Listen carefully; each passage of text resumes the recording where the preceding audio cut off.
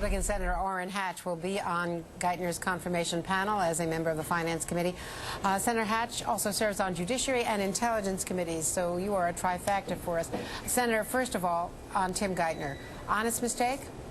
Yeah, I think so. I don't think we should discard this man because he has great abilities and a great capacity. Now, I'm not happy with what happened. Neither is he. I mean, he explained it to me that it was an honest mistake, but so I'm not happy with that. But for us to discard a fellow who has that type of experience, that type of ability, who basically is apolitical, who can do this job because of tremendous experience, I think would be a real mistake. We could get somebody who isn't nearly as qualified as this man. And so we all make mistakes. I personally come from a position that the president ought to have in his cabinet the people that he wants to have. And in this particular case, regardless of the mistakes that he's made, he's a terrific candidate. He's a terrific person. He has terrific abilities. He has some abilities that might be very helpful in helping us through these tough economic times. And to discard that nomination when you know all of that because he's made a few mistakes, yeah, serious things that I'm not happy with, I think would be a mistake.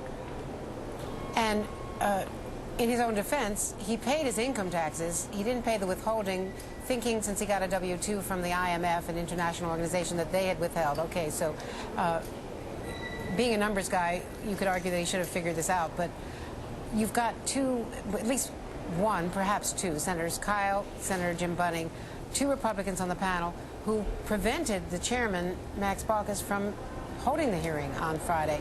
Does that make any sense? Well, I think this has to sift a little bit. There is some discomfort here.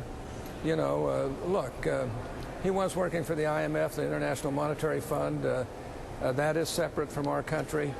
On the other hand, you know, it's fair to criticize him for having made these mistakes. But then again, are we decent enough people to recognize that some really good people occasionally make honest mistakes? Yeah, that they wish they hadn't made, we wish they hadn't made. But in this particular case, here's a man with tremendous abilities. Here's a man who understands the real problems we're going through. Here's a man who basically is not some left-wing partisan person. In fact, I think conservatives ought to weigh this very heavily and realize you've got somebody who is very likely to do what's right in the position. I'm frankly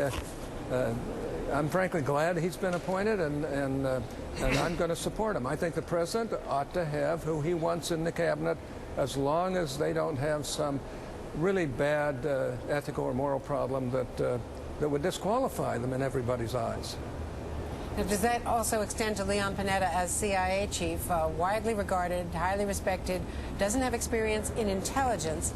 You're on the intelligence panel. Do you think that some of the current intelligence officials, the deputy, Steve Kappas, will be willing to stay under Panetta?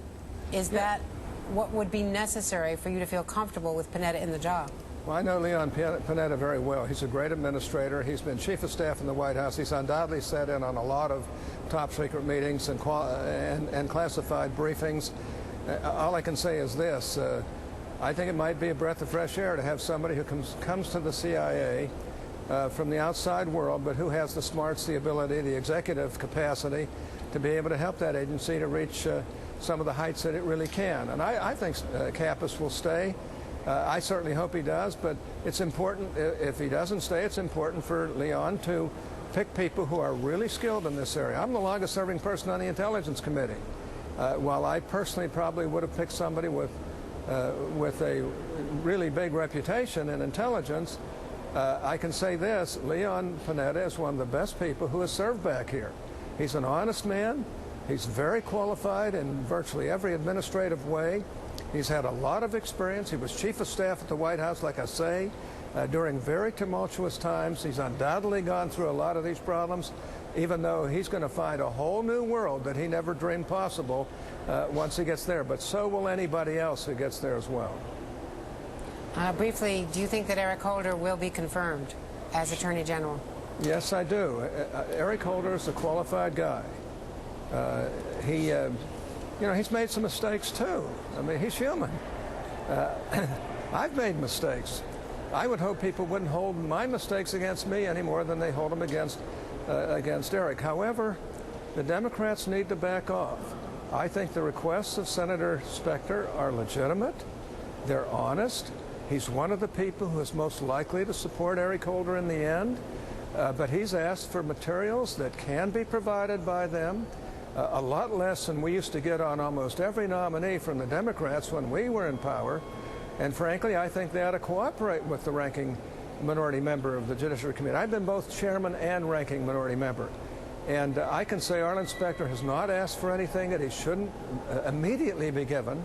And until he is, I just don't see why we should go forward, even though I totally am in for Eric Holder, who I think is qualified, a capable man, a good man, and would I have picked him? Maybe not, but I still think he's a very qualified guy, and we ought to be glad that the president's picked somebody of his dimension to come into justice at this time. Orrin Hatch, bipartisanship is breaking out all over the place. Thank you for joining us today. Nice to be with you, Andrea. Good to see you.